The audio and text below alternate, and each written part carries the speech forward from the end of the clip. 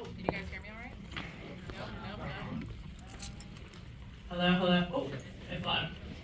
Thank you all so much for being here. I'm Johanna Desta, I'm your moderator tonight. Please join me in welcoming Brady Corbet.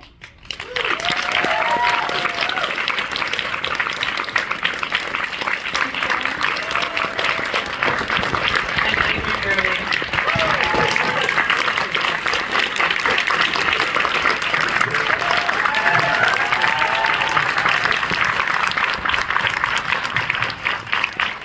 Hello.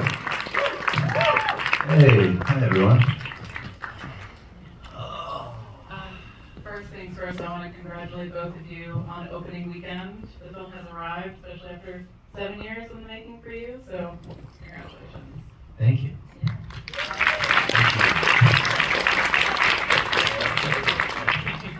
I have so many questions for both of you, so I want to start with a joint question for both of you. Sure. A lot has been said about, the intensity of this film, the realness of this film, the rawness of this film. I'm curious about the quality in the other person that made you say, I trust you, I want to take this journey with you. Maybe starting with you, Brady. I mean, I loved Adrien's work for years. I'm a cinephile, so I grew up watching Adrien's work, and so of course it was kind of no-brainer on paper for a variety of reasons, but also we met in 2019, and I don't know, we really connected, and I've never had a project where I sort of needed the performer, or the main role to be as in lockstep with me on the project, just because of its length and the level of difficulty and the accent. I mean, the film was shot in 33 days, and it was a 170-page script. So it was a big challenge. So I knew that whoever I was doing this with, needed to really think like a filmmaker, and not everyone does. There's many people I know that are brilliant and very talented, but maybe not so practical. So I was just very touched by our initial conversation, and then eventually schedules aligned, and we were able to make work, because the film kept falling apart. Pretty well publicized now. The movie fell apart a lot. Mostly because of COVID, but also because it's a 3.5-hour movie about a mid-century designer. So it was a process, but it worked out. Yeah, absolutely. Adrien, same question for you. I mean, it's evident when you hear Brady speak. He's such a genuine, warm-hearted person with an immense understanding of film and life and art and literature and architecture and you name it. And I was familiar with Brady's work and loved our meeting. And first and foremost, I read the script that he and Mona Fastfold, Brady's partner and his partner in life and writing partner on this, had written. And to be honest, even if Brady wasn't so fun to talk to, I would have probably said yes, because it's such a beautifully written role, and it's taken forever to find this, and they created it. And so usually if someone has the depth of soul to create something like that on a page, you know that you're going to be working with someone who has great potential to elevate your own work.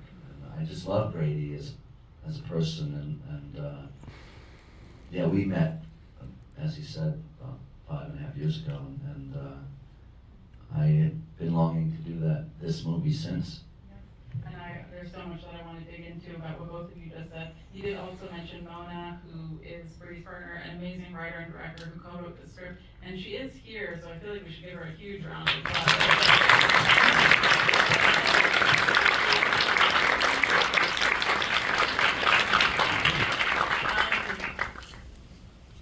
I think she's hiding. She's in the restroom. Oh, I'll tell her. Spirit.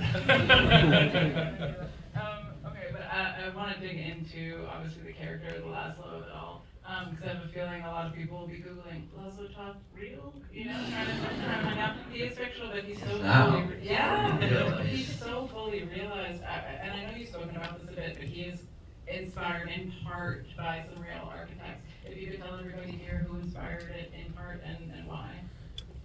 Yeah, I mean, the sort of jumping off point many years ago was a book from a small press called Marcel Breuer and the Committee of 12 Build a Church, which is about, is a memoir from a monk at St. John's Abbey that wrote about Marcel Breuer, who was a Hungarian Jewish architect that was commissioned to design and erect St. John's Abbey in the late 50s. And there's sort of, you know, allusions to the sort of microaggressions and anti-Semitism that he was facing at that point.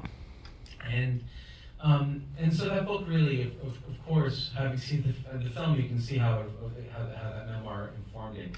But it's also, you know, it's an amalgamation of Paul Rudolph and Mies van der Rohe and Laszlo Moholy-Nagy and many of the great Bauhaus designers and Brutalist architects. Yeah, I started reading that book after you mentioned it in another Q&A, and if you like really love this film, that book is an amazing, like, almost a companion piece in post. Yeah, no, absolutely. Or I guess this is a companion piece to it, but it's yeah. I mean, it's not a very, it's a you know, it's sort of a pretty dry text. It's not a very emotional text, but it's really compelling. I mean, if you're into, I was super into it, obviously. So yeah, check it out. It's a matter of fact, but it's super interesting. I wanted to ask you, Adrien.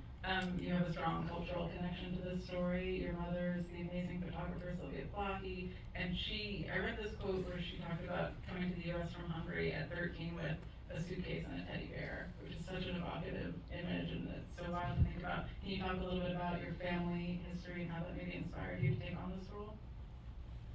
Sure. Some of you may know my mother's work. She's a wonderful New York photographer. She mentioned Sylvia Plahe, and she's a big force in my life as an artist, and there's so many wonderful parallels that have provided great understanding, and it's been a real honor for me to represent her story and my grandparents' struggle in a way as Hungarian immigrants. They fled Budapest in 1956 during the revolution, and they ended up as refugees through Vienna and came to the United States, to New York. And you know, there's so much about this is really, I grew up not only hearing Hungarian and beyond the inflections and the dialect itself, but personality-wise and characteristics that my grandfather had that are so intimate to me that I was able to recount and actually hunt down with my dialect coach and finding period-specific dialect from the 50s. So it gave me a real rooted starting point. And then there's just so much that's so intimate about loss and understanding of that, and understanding of being different, and you know, it's very hard to assimilate when you sound different, and you know, this is a country built on and benefited from immigrants, yet it's very hard oftentimes for immigrants to feel like they are equals, and it's something I'm connected to. And also her journey as an artist, which Laszlo's lived experience mirrors that, mirrors Brady's experience, mirrors, you know, any artistic yearning and desire to not be forced into compromise and to leave behind a body of work. And my mother's whole life's work has been to connect and share imagery that speaks speaks to so much in this world around us. Yeah, absolutely. And speaking of imagery that really represents the story that we're about to be taken on, early on in the film we see the Statue of Liberty and it's upside down. That really struck me, and I've been so curious about where that image came from for you, and what it was like shooting that. Yeah, all of my films have had sort of a moment, sort of these stylistic flourishes, I guess, where a camera behaves really erratically. My cinematographer and I on our first project together, The Child of the Leader, built a sort of a hamster ball for the camera that we sent through a crowd at a fascist rally in the late 1930s. And you know, I think that it's a bit tricky. It's sort of like, you know, telling someone exactly what a poem means, right? And the film is guided by a poetic logic, and you know, David Lynch especially is notoriously refuses to explain the movies, and it's a public facing decision actually, because he doesn't want to destroy the magic for viewers. My favorite films are films that continue for you know, many days, ideally even years, beyond the moment that the credits roll. So there are always things that I leave a little bit inconclusive intentionally. They can be a little bit nagging. It can even be a little bit obnoxious, but the film never dies for you.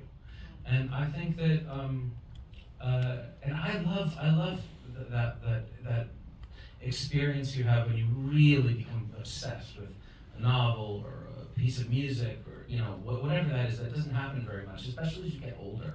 It happens more when you're in your teens.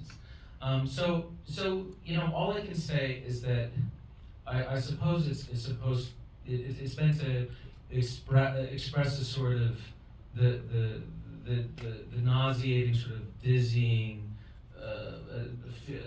nauseating, dizzying feeling for history, and that it's something which is unresolved, and it's something that is still very much in progress, and that it, you know, that things are not necessarily as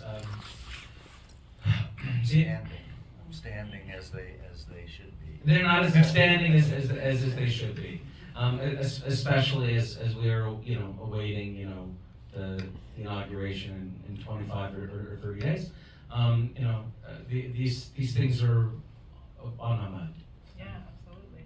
I mean, I love that answer as much as I was asking you to explain the poem. Don't worry.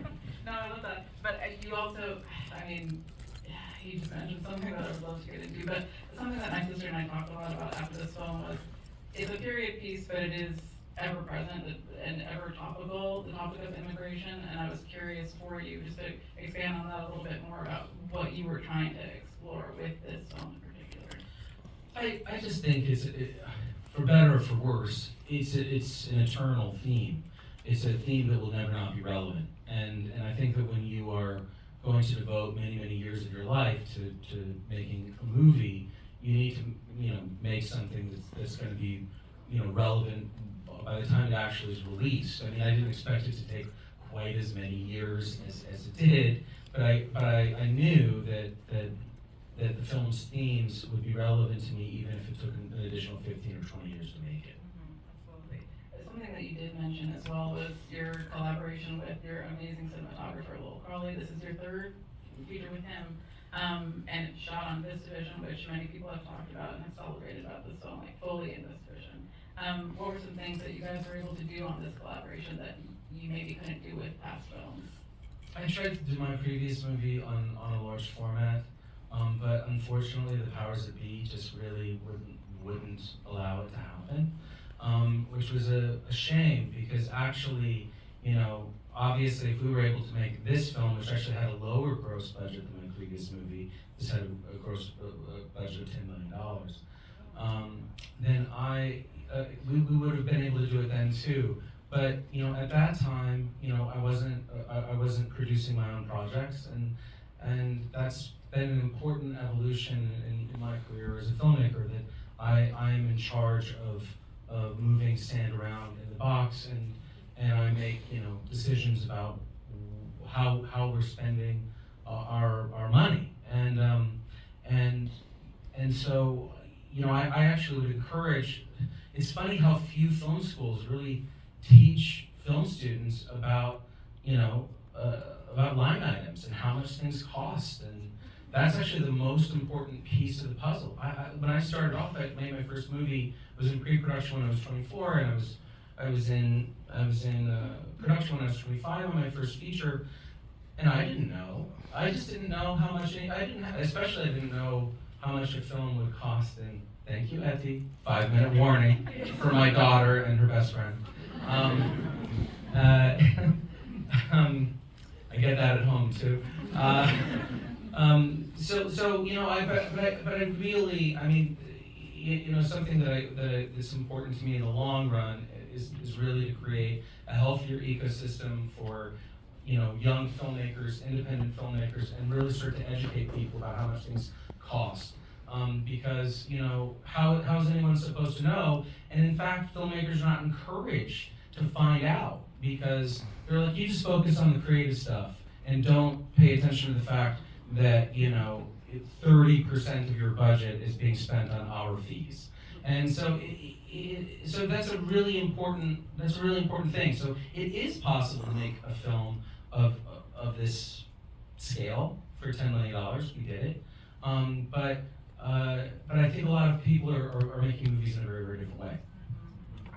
I could ask so many more questions about that. But I do want to ask Adrien too. In lieu of Felicity Jones not being here, I was curious if you could talk a little bit about the special relationship between your characters in this film, what it was like working with her, and how you built that trust to go where you guys went in this film. And Felicity is just such a wonderful actor and brought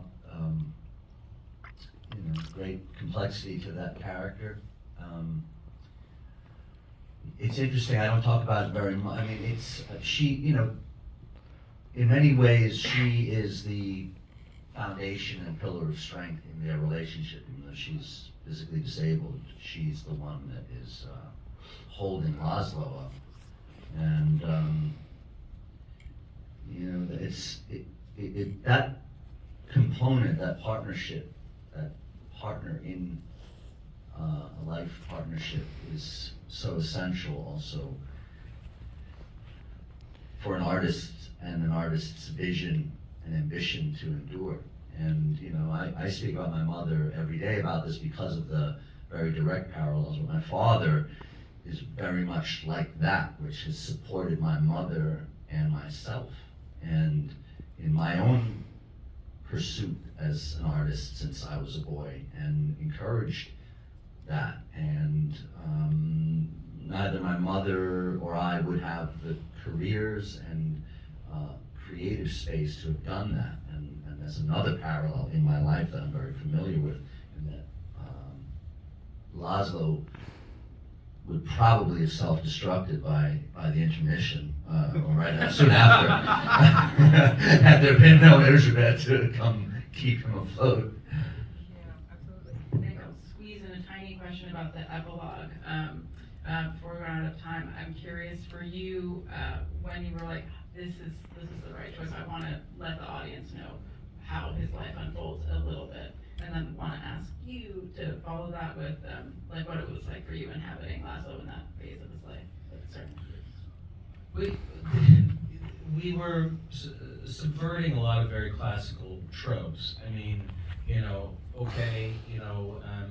here he is at the end of his life, and look at everything he built. But in fact,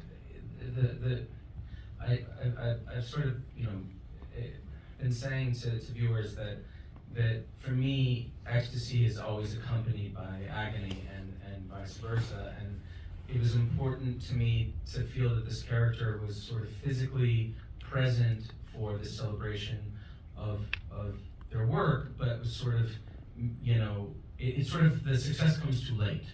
I mean, most artists don't experience great success in their lifetime. And, you know, or you look at a painter like Rose Wiley or something who's in her 90s and is just now starting to sell a Gagosian, you know? It's this kind of strange thing, because it's sort of like, well, where was everybody? You know, and all the years leading up to this, and even with the reception of this film, which has been so wonderful, it's very funny for my wife and I, because we're like, well, we've kind of always been doing this, you know? This is what the films that have a lot in common, and they're very much, you know, part of the same, you know, tapestry. So I just thought that you know, here he is, and his wife is gone, and you know, he's not really able to enjoy it, actually, and so I mean, that whole part of the film is about many things, but I thought it was important for us to get all the way there. I don't like when films are just, you know, evasive, like, you know, just cuts to black. I wanted to go all the way with this character. Yeah, you absolutely did. And then Adrien, how I about can you? reflect on that briefly. Yeah, it's funny, I had not thought about this, but if you look at all the amazing brutalist structures that exist in this world that still somewhat remain intact, a lot of them have fallen to disrepair. A lot of them are kind of shells and remnants of their, wrap it up, I'm getting the wrap it up signs.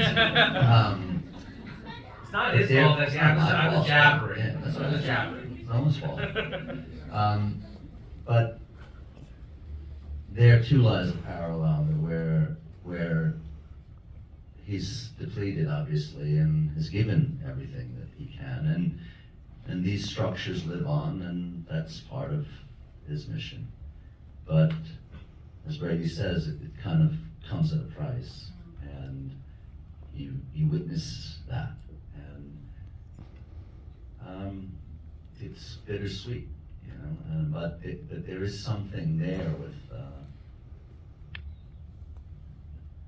partially dilapidated remnants that still hold a great deal of beauty, and are monuments to that era and very brave architectural movement, but are somehow lost in the process, aren't maintained, aren't loved, aren't nurtured. And he's at the tail end of his existence, but he gave everything, and he witnesses it as you witness it in a way. Almost he's kind of back with you, reflecting on as much as he can with what his life's left behind. Thank you so much for coming. Thank you very much. Finally, ask everyone to remain seated while they exit the theater really quickly. Thank you all so much for being here. Thank you for moderating. Thank you.